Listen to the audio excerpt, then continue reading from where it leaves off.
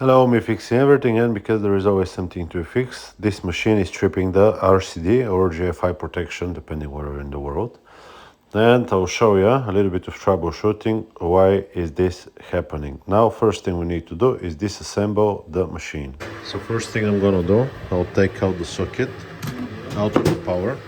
Then there is two screws, one here, one here. This is how I'm going to extract the first screw, and the same with the second one. The next one is here, but you can see that someone already is being here because the one is missing, yeah? So we got nothing to worry about on this side. We only have to worry that someone is being here before. Okay, now to remove this one, turn to lock, like this, yeah? Okay, so we're removing this one here. And pull it out of the way. Now there is one here. We need to pull this one out. Okay, let's remove this one now. And there is two on the back. I'll show you in a second. I think, I'm not sure. Yeah, so if you look here on the bottom, you can see this one and this one, yeah? Good. This is how we remove them on the back. You just put it on the edge and remove them this way.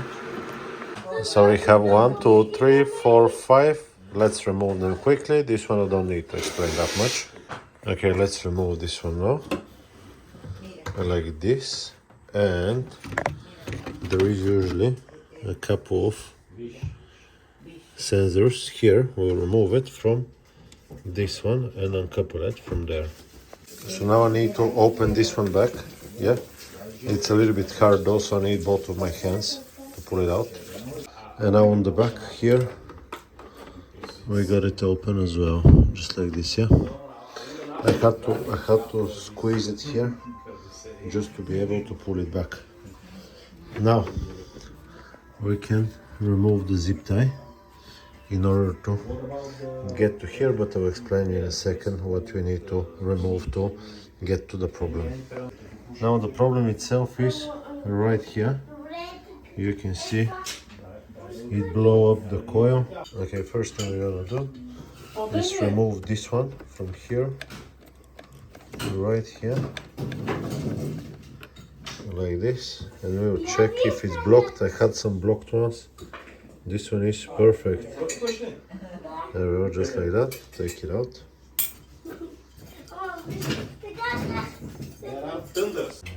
I think the best thing we can do is remove the whole manifold with its components, open the whole thing fully, check that everything is clean, and then return it back. Everything is clean and it is working, yeah? But we need to order a new bobbin for here.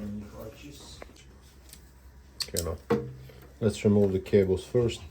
Blue one on the right, red one on the left. Who is first? I don't know, you say. There is a little button usually that can be pushed in order to be removed easier. Sometimes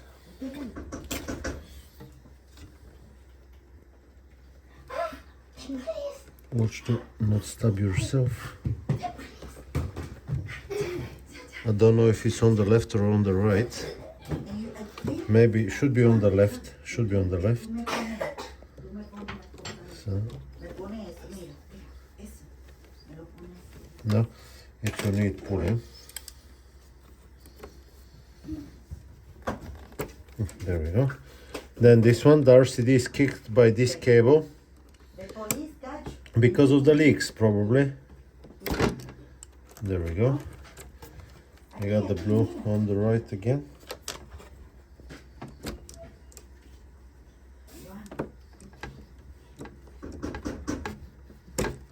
Okay.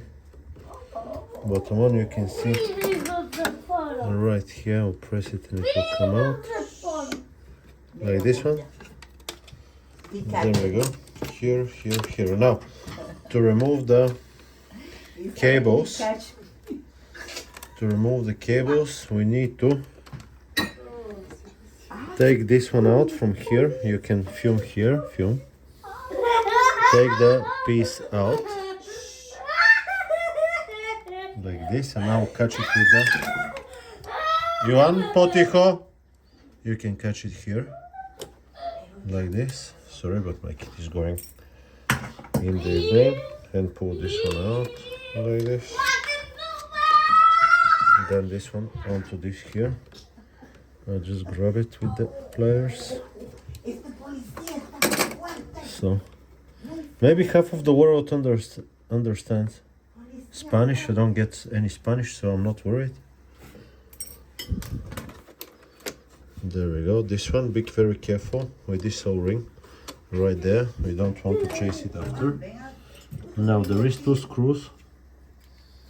Or how many screws? I think like there is a few screws here on the bottom.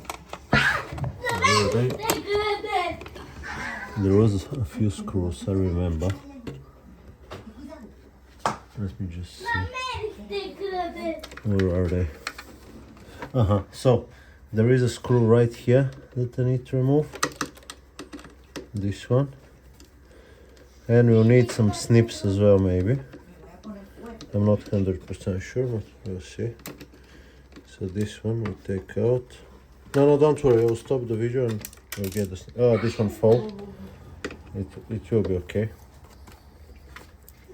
So onto here. We had so many languages going on. I'll pull now. Pull now. I don't remember if we had one more. If we had one more bolt somewhere here. I think there was one more bolt or not. Maybe not. Okay, so grab the phone now.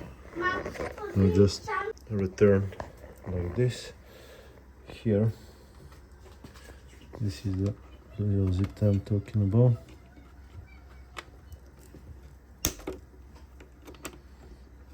Be very careful to not damage it like this. Okay, also this will be very nice if we can remove, and we can also, when we remove it from here, we can see if the boiler is blocked. I'll show you now how we're going to check if the boiler is blocked. My kid is distracting me. That's okay. So now I'll blow from here, and you want to see if there is something coming from here. There is flow. So take it out from here. You don't need to take the pump to get the manifold out.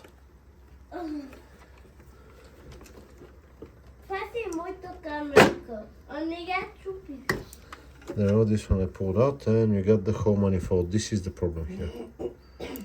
You can see. Let's see the problem here and determine. We know that it's open this way. I already removed this piece. Just so you know, I already removed this one. Yeah. So we're removing this one. You can buy this one only, because I had a few people telling me that you can't fix this. You can fix it. You can only buy the coil. So if the problem is just the coil, you can only buy the coil. The coil is around 15 pounds, so you can actually fix the whole thing for around 15 pounds. It's not that easy always. So I got it from here and here, so we know we don't twist the whole thing.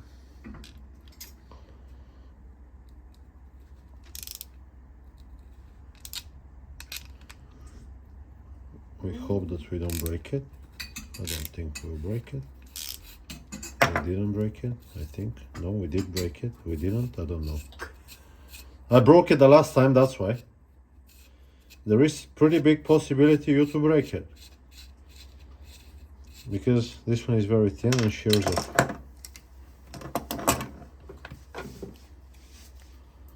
Okay, this one pulls out.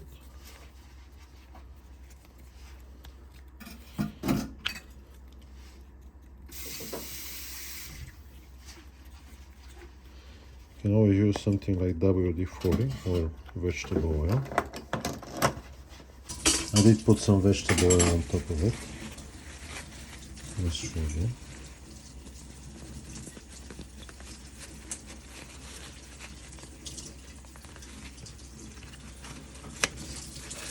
Okay, I'll need a little bit of time to work it out. If you have a vise, it will be easier. If you don't have a vise, it's not going to be that easy. Okay, because I can't pull it out, I'll have to remove this clip from here. Be careful so you don't stab yourself. Like this, yeah. This one pulls out now. Like this, and I don't know if we can take it out. Maybe we can't. I just want to see the direction of this one. The direction is maybe like this. Yeah, like this, and seals on the bottom. Here it seals right here, but it looks clean. And this one is clean. This one's good. But I'll leave it here. Okay, let's concentrate on pulling this one out without breaking the whole thing, because we need to pull it out before we break it, yeah? Okay, now, if you lower the camera down, lower, lower.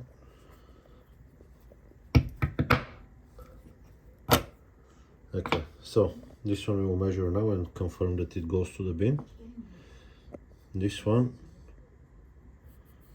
looks okay, a little bit oily.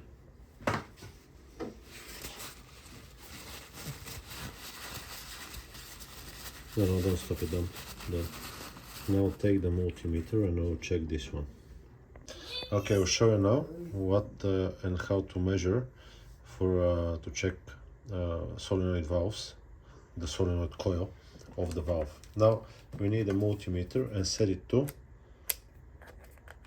2000 ohms. You can see ohms, that's an ohm sign, and then 20,000, not 2000, 20,000. Okay, so this is the good one, this is the bad one. I'll show you first the good one.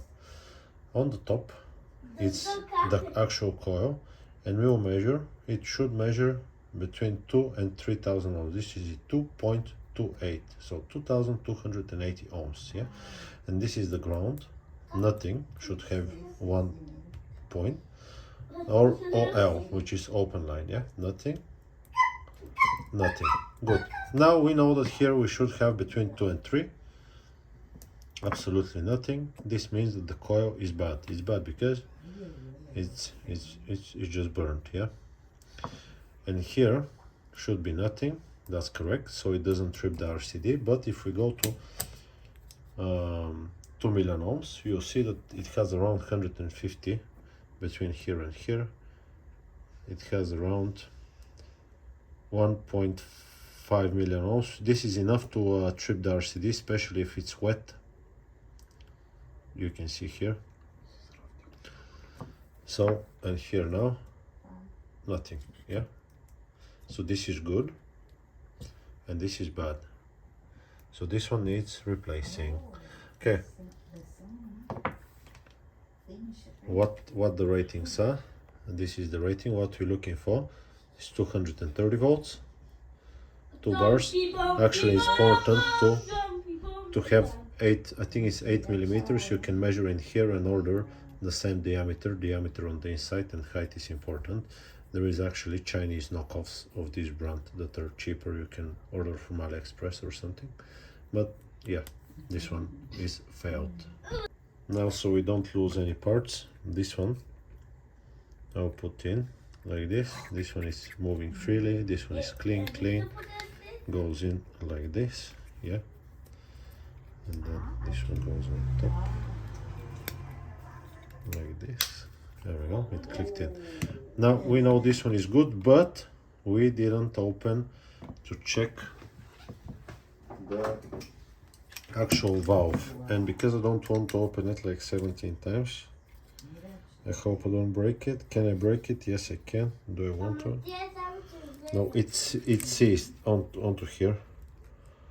So if I try to open it, it might actually break, so I'm not gonna touch it. Okay, so the spare part has come in. This is the spare part. You want no, like this. This is the spare part. It's a semi, whatever, semi. Maybe this one, as you saw it, yeah. And we'll just use the solenoid valve on top. The whole thing you can buy. It's a lot more expensive if you can just buy this one. Okay, it's like 5 times the price because of this brass unit, which actually we don't use it. So this one goes in here.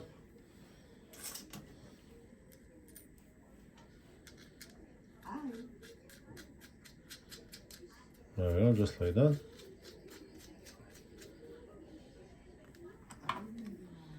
Make it tight so it doesn't move.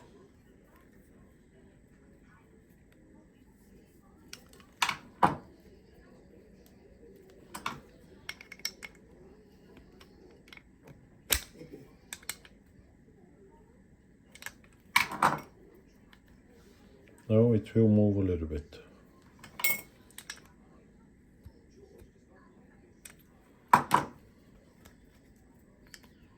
Okay, now this one got a direction. You can see here there is just a plastic, and here there is a red O-ring. Red O-ring goes on top.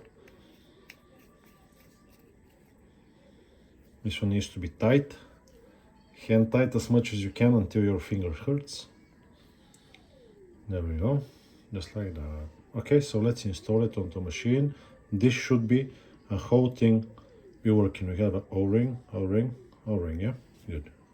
So now let's install the thing into the unit. What we're gonna do, so we don't damage the O-rings, it will take some Vaseline. You can use your finger if you have your own. Yeah, and we'll just put a tab onto here on all of them. This one and this one as well, like this, and we'll just work it around it. Yeah,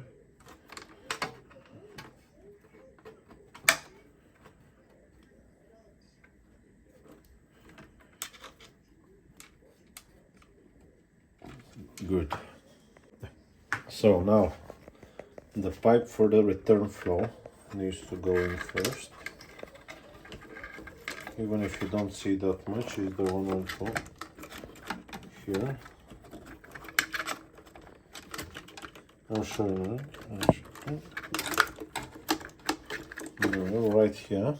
Yeah, and there is a zip tie that you need to put into. I already prepared the zip tie. We'll just put it into place and we'll chop it.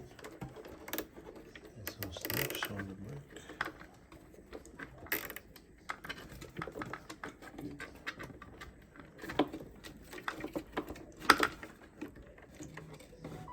There we go. And now, there we go. You can see now the whole thing will go into position like this. Good. Now we need to choose the 2 screws. This one, the bolts. We need 2 bolts. Yeah, and they have little washers. I'll prepare them to put them into there. Okay, so now the 2 placements of the screw are here and here, and it's a little bit difficult. You might lose the screw, so be careful. You can actually put some Vaseline onto the screw in order to not lose it. Yeah.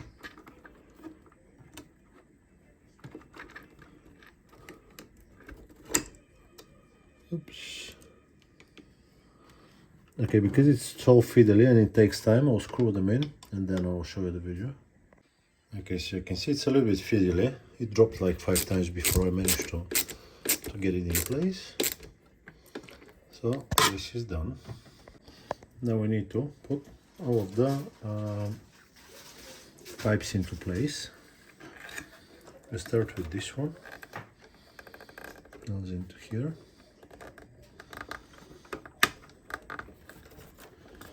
Best thing is if you have a tweezer. Now,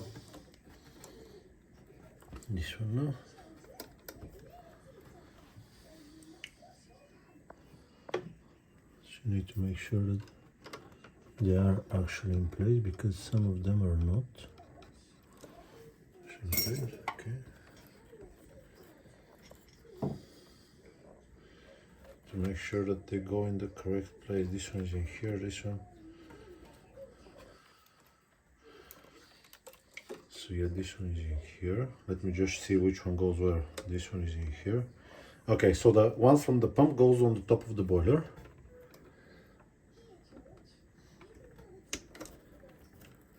This. Okay, so grab now. Now these are the clips. I hope you don't lose them. If you lose them, they cost a fortune to buy. You better buy a broken machine than buying one of these. Okay, so now I'll show you. Push in, and this one should go on top. I'll show you on one easier one, maybe like this one. Yeah, like this, and here goes on top like this. Then we have this one here.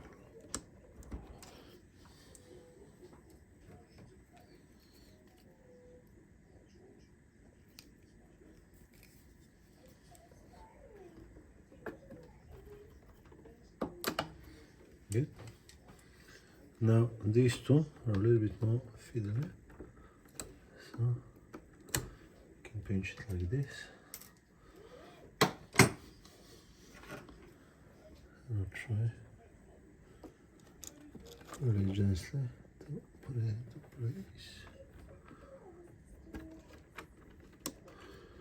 Like this. And this one on the bottom. I don't know if it's... It does look fine. If you have a needle nose pliers, it's easier, but even with this one can be done. It doesn't want to fit straight away, so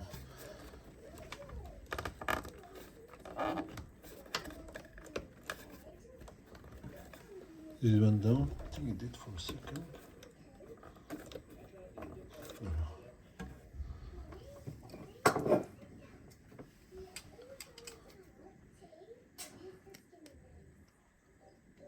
There we go, just like this.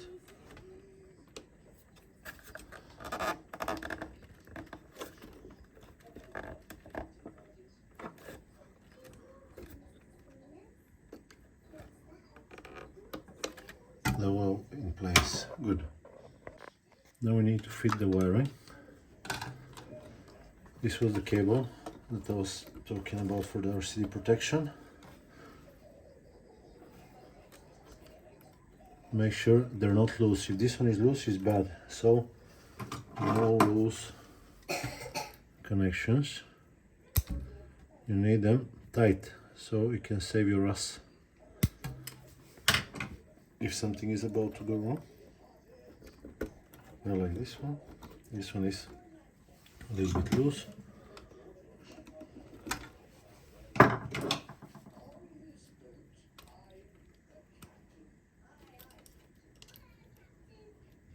Hope no one claims my video about the animation. Someone claimed my video on a compressor from a compressor noise. That's okay. Now we have the red on the left, if I remember correctly. And we have one more red on the left. Good. And we have the blue on the right.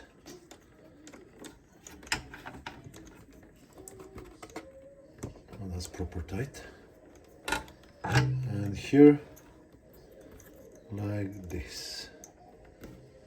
Good, so now we'll check for any loose pipes, pull up, make sure that everything is nice and tight, good. Nothing here we chopped the little thing. Yeah, looks okay. Nothing is touching, everything is clean. Good, this one is tight. Good job. Now I'll close the machine and I'll give it a test. Now we're not going to be able to start the machine if the bean hooper is not fitted in place. Ask me how I know. This one in there, and so it is not getting in the way, is here. No moving elements, good. And now this one can go on top here.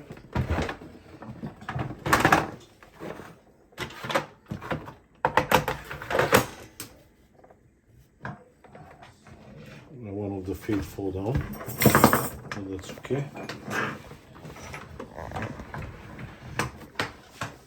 Still just a test that everything works. I'll top it up with water. Fit it in. Okay, and now the hooper itself.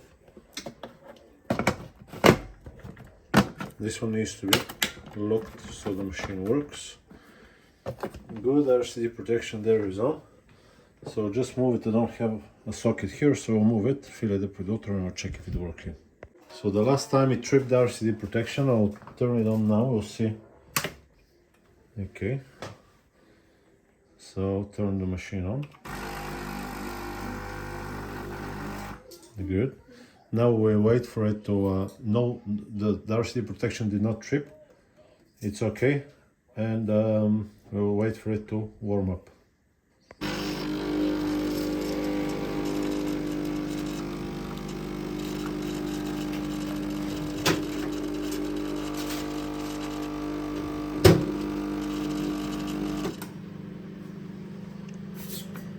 Yeah, it does work. It's a little bit low on the coffee grounds, but and I'm using the incorrect basket, but it does work, makes pressure, everything is good.